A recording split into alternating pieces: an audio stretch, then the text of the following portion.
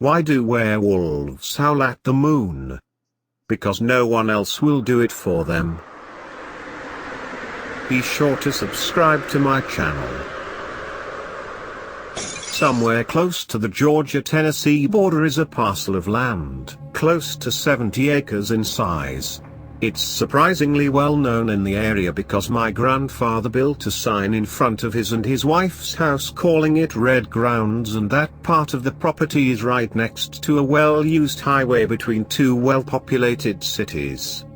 It might also be due in part to the fact that my grandfather was a pretty prominent member of both cities' communities. My parents' house was built at the other side of the farm, on a little side street that's out of the way. You would only see the turn-off if you knew it was there or you were just past it.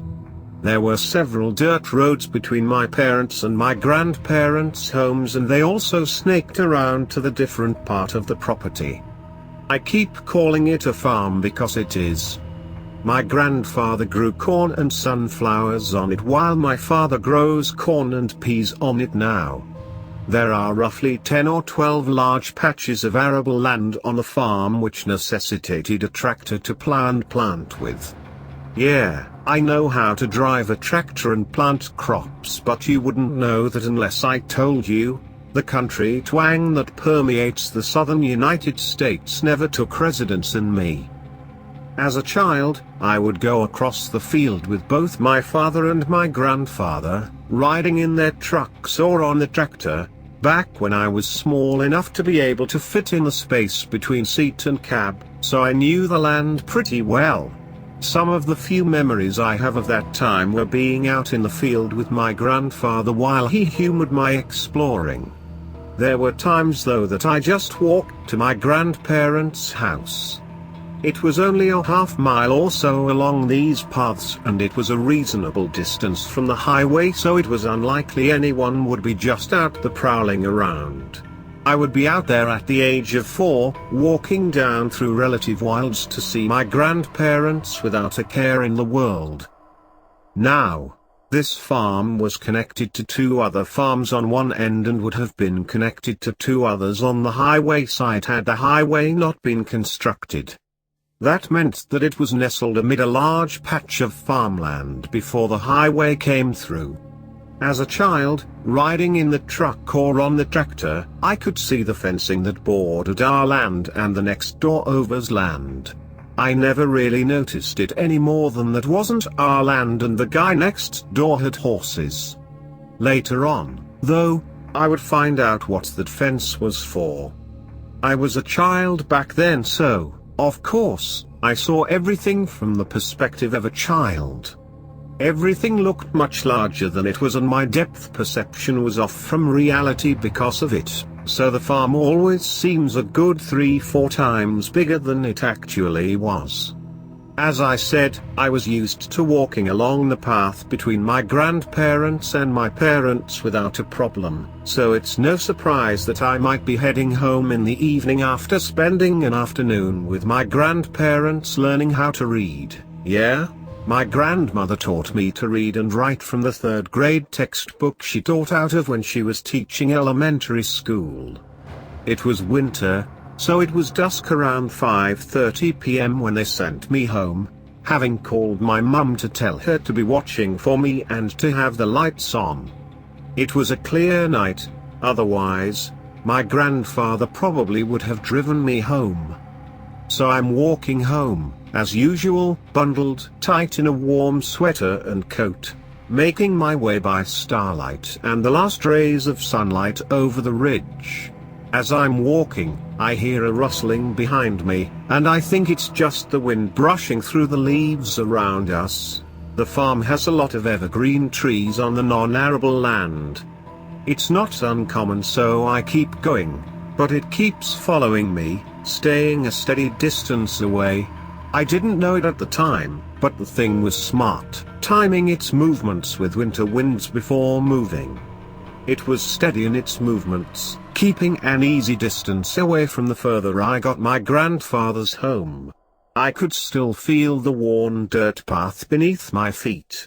telling me that I was still on my way home, but I was worried because of the rustling that seemed to follow me.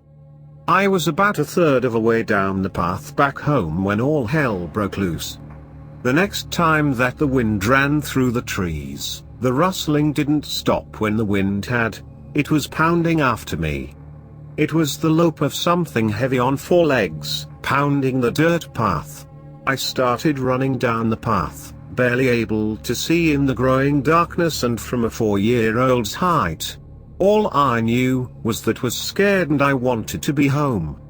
Still, my feet were guiding me along the well-beaten path towards home and safety. Some part of me knew I wasn't going to make it. There's only so much adrenaline that a 4-year-old can make and only so much strength and stamina that can exist in that same body. I didn't know any of that, and even if I did, it wouldn't have stopped me running for my life.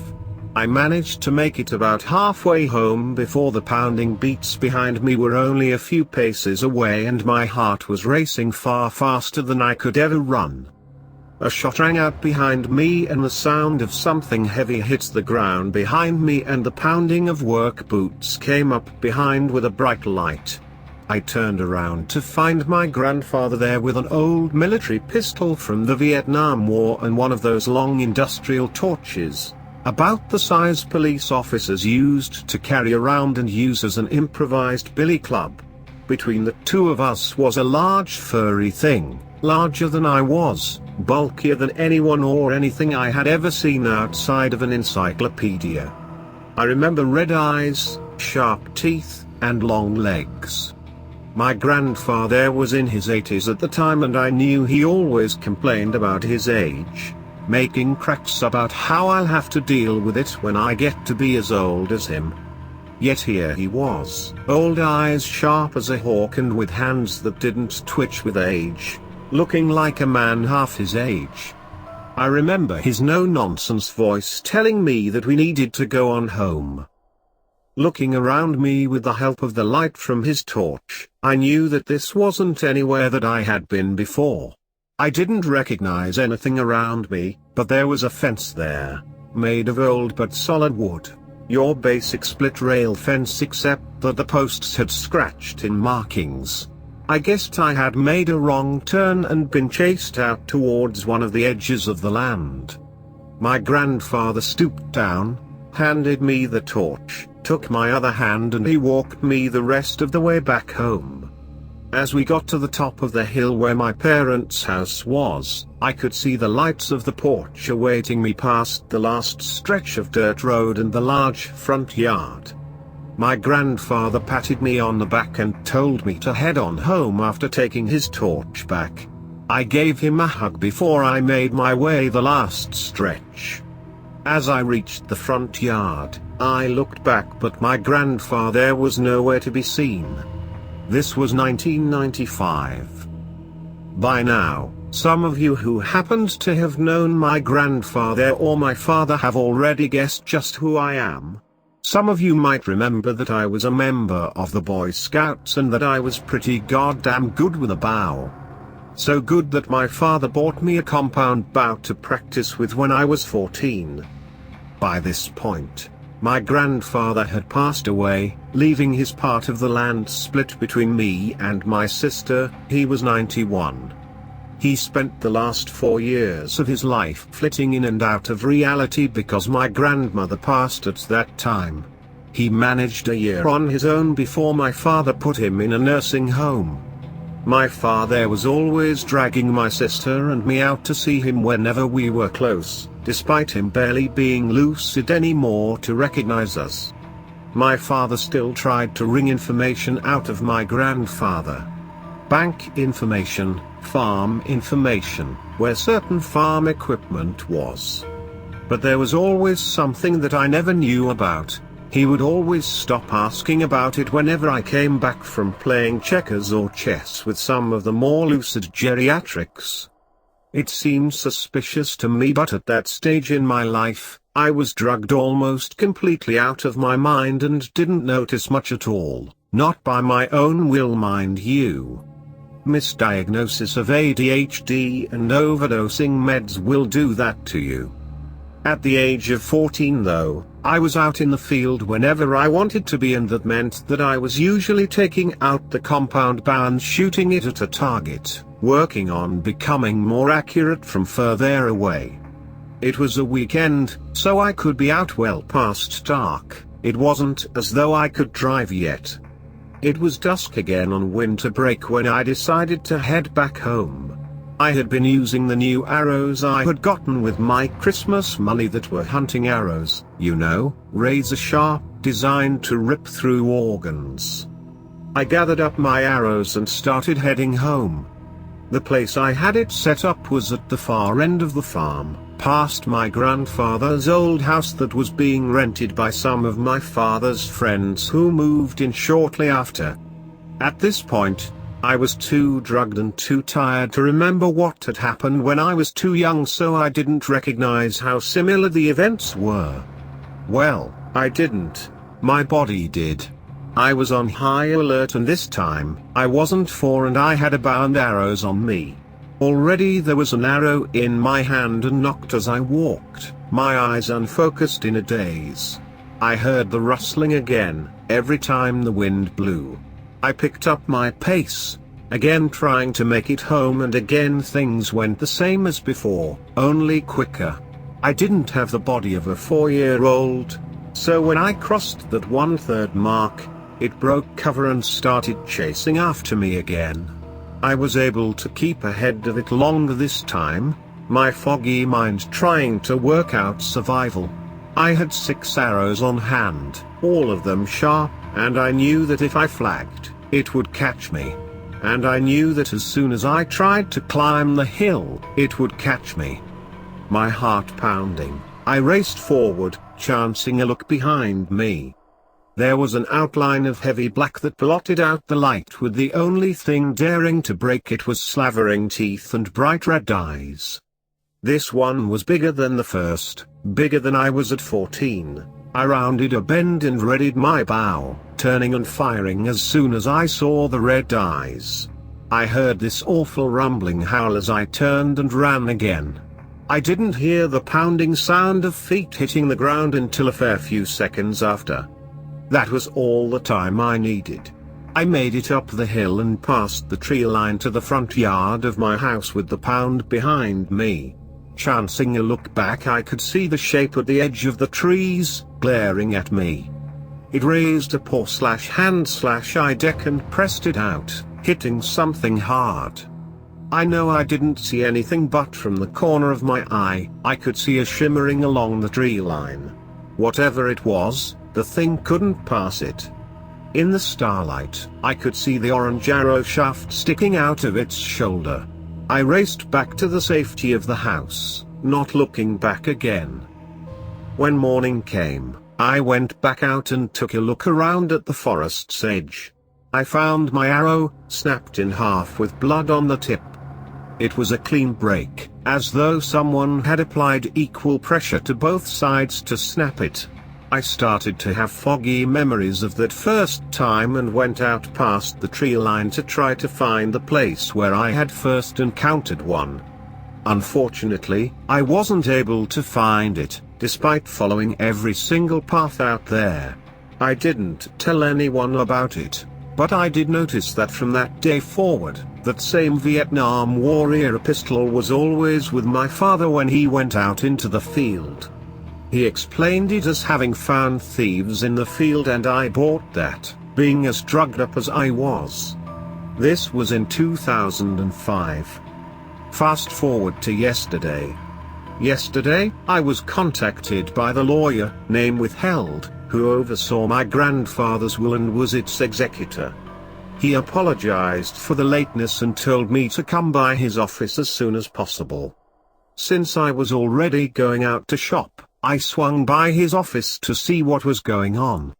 It turns out that he had been taught by my grandfather in a lot of industrial skills, welding, machinery, all that sort of thing, which didn't surprise me since my grandfather had been in the Army Corps of Engineers back in World War II, or whatever that part of the army was called at the time. The guy had been entrusted with the package to give to me when I turned 24, which was this year of 2015. He had changed his office twice since then and it had gotten lost in the moves, only having been found the day before. It was a small package, about the size of 2 packs of playing cards stacked on top of each other, and wrapped in brown paper with my name on it and rough twine over that. I opened it and in it, I found a ring, just a touch tarnished with age. It was old and the lawyer immediately identified it as being silver, having just gotten his wife a silver tennis bracelet for their 10th anniversary. As I turned this ring over in my hands, the 2 memories I have previously relayed to you came flooding back with the clarity that I've presented here. Up until yesterday, I had never seen this ring before. I don't even know what the pattern is on it, but I get a distinct feeling it's Celtic. The best way I can describe it is that it's a seamless pattern of interlocking swirls that seem to have no way out. The swirls are large enough to have indents between the lines and small bobs can be seen protruding into space between. I have no clue what it means and my knowledge of any sort of symbology is sparse, so I can only guess that this is some sort of reference to a seal of some sort based on my memories at the time. The lawyer had no clue what it was either, and we both wrote it off as being an eccentricity of my grandfather in those years, drifting between lucid and crazy. We shook hands and that was it. As I walked back to my car, I tried the ring on each finger and it was always too big, like it wasn't meant to actually be worn. So I slipped it in my pocket and went back to the normal routine I have while shopping. An hour later, while I was ringing up my items, my father called me and we talked for a bit about college and how my classes were going. I told him about my psychology test on Tuesday and how I had an essay due on Monday for my history class that was already done. And then he did something that he never did since I left to go live with my mother. He invited me over. I figured he was lonely since my sister moved out to go to college in Kensor this semester, so I figured, why the hell not? After I took the groceries home, I drove over to my dad's and we caught up on things, him, me and my stepmother. While we were talking, it got really late and I really didn't feel like driving home in the dark, so they offered to let me stay the night and I took them up on the offer.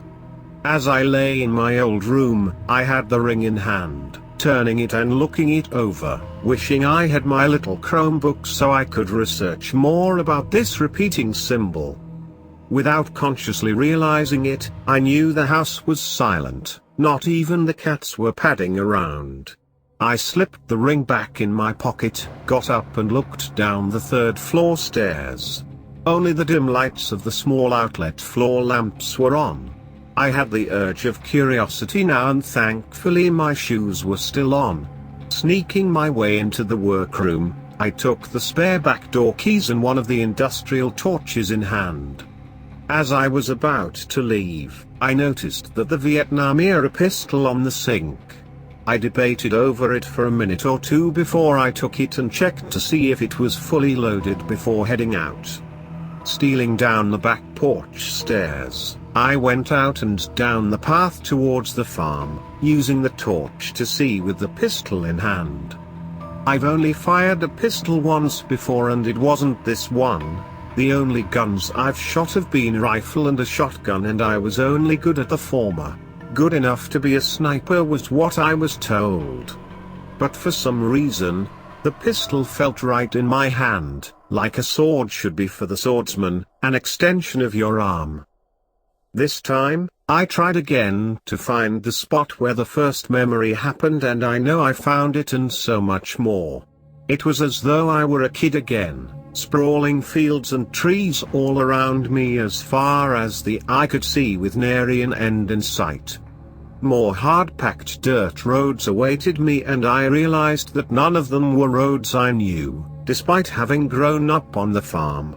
Looking up, I recognized some stars, but there were countless others. An entirely new sky lay above me. I kept going onward, letting my feet guide me as they had so many years ago. It was maybe 20 minutes later, if the clock on my cell phone could be trusted, that I found the place I was looking for. I wouldn't have found it had it not been for the ridge of bone that I nearly tripped over in the tall grass. It was the rib cage of something. Anyone who had paid attention in 7th grade life science would have told you that. But that something was when I crouched down at about the height I was at 4, the exact size as the thing from the first memory had been. Leaving it, I went over to the split rail fence and looked at the symbols on the posts. I only went to 7 of them before I couldn't see the path anymore and backtracked, but I happened to have the little notepad I use for capturing errant thoughts I have during the day, so I sketched them out on the pad. They all seemed to be pieces of the pattern on the ring, but I only had part of the picture. I guessed that if I saw more, it would repeat, just like on the ring. I started heading back and was just about to step over the bones when I heard a howl that had me chilled to the bone and my heart pounding because my body and now my mind recognized that howl all too well. I don't know if I was thinking at all, or maybe I was, but I had the pistol out in front, that wrist braced on my left forearm that held the torch in front of me. For all the pounding of my heart, I was still calm and making my way along the path, keeping eyes and ears open. The rustling began again. Just like the last 2 times. Coming from behind me, only this time, it wasn't waiting for breezes. It was closing in on me, stalking me. I kept moving ahead, muscles tense, ready to spin and fire. My speed was quick but it was keeping pace, slowly closing in on me. The last vocal thought in my head was oh, no, and I ran. I of yesterday is in a hell of a lot better shape than 4 years old or 14 years old me, so I was actually able to keep ahead of it without getting winded. The adrenaline probably helped a little too. This time, I had a torch and when I looked back, I shone it behind me. In the proper perspective, anyone not hopped up on drugs or adrenaline would shit themselves at the sight of what I can only begin to describe as a werewolf came after me.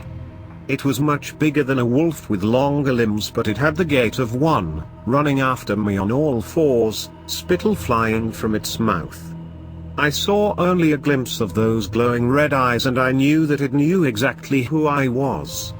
That only made me sprint harder, following the dirt path the same as ever, my feet blazing the way. I don't know what let me know it was about to happen. Maybe it was intuition. Maybe it was magic. Maybe it was just pure fucking luck. But I turned and fired off a shot, catching it in the shoulder that I had already shot it with an arrow 10 years before. Its teeth were only a foot or so from my face, hot breath clouding my glasses and spittle streaking them. It spun, caught off guard by the shot in midair, and hit the ground hard as I kept running. It got up but it was nowhere near as quick as before and I managed to outrun it, pounding up the familiar hill and passing back to the front yard of my childhood home. Looking back once more, I shone the light back where I had come from to see it standing on its hind legs, pounding at something hard in front of it. This time, I could see shimmering light radiating from where it was hitting whatever was in the way, like radar pulses on a screen. I turned and walked off. A howl sounded out behind me and letting me know that I had bested this thing not once but twice now. I snuck back in and set everything back where it had been, locking the door, putting the torch where I had taken it and laying the pistol where it had been sitting. Exhausted from whatever the hell I just went through, I snuck back up to my old room, took a shower and passed out in the bed. I was woken up by the smell of bacon and the sound of my father being pissed about the smell of gunpowder in the house. I made my way down and took a seat at the breakfast bar, making small talk with my stepmother and feeling the gaze of my father on me, scrutinizing my every move. I'm too good at lying to him though, having done it for so many years, and he finally grabbed his usual things and went out on the farm to work, taking the pistol with him.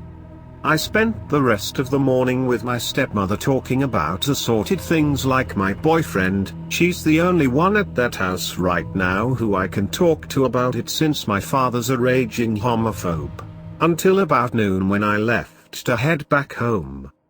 So now we come to, as I'm typing this, what started as a simple search for shit that I thought was a dream, is very, very, very real. The symbols on the posts and the ring? All part of both ancient Celtic protection, warding and sealing spells. Whatever chased me? The closest thing I've found is a werewolf, but I don't think that thing can change form at all. It's way too comfortable on 4 legs, and that name just doesn't feel right to me. I know my father's side of the family is Irish, but that's all that's ever been said to me. I know plenty about my mother's side being assorted ethnicities of a gypsy. I don't know what I've gotten pulled into, but up until now, I was fully invested in selling off my part of the land and leaving it behind. I fucking hate Georgia. But now, I can't fucking tell you what the hell happened, but I feel like I have to stay here. Like I have to deal with this shit. I don't know what the hell to do about it. Hell, I don't even know where to start. My grandfather was clearly mixed up in all of this, and he's been dead for almost 14 years now. My father knows, but it's obvious he was passed over for whatever the hell this is, and knows the bare basics, if that. I know he's gonna get pissed about this if I talk to him, not like we had that good of a relationship, to begin with. Oh. No, it's been hard typing all of this with shaking fingers. I can't even dictate it with dragon like I'm used to, because I start hyperventilating. The fuck is this? The fuck was my grandfather doing? The fuck was all of that? The fuck am I supposed to do? I don't have a fucking clue. I keep turning this ring over in my hands, hoping that I can get some sort of answer, but there's nothing, just indents and old metal. I'm frazzled as fuck, and I have no fucking clue what the hell I'm going to do about this.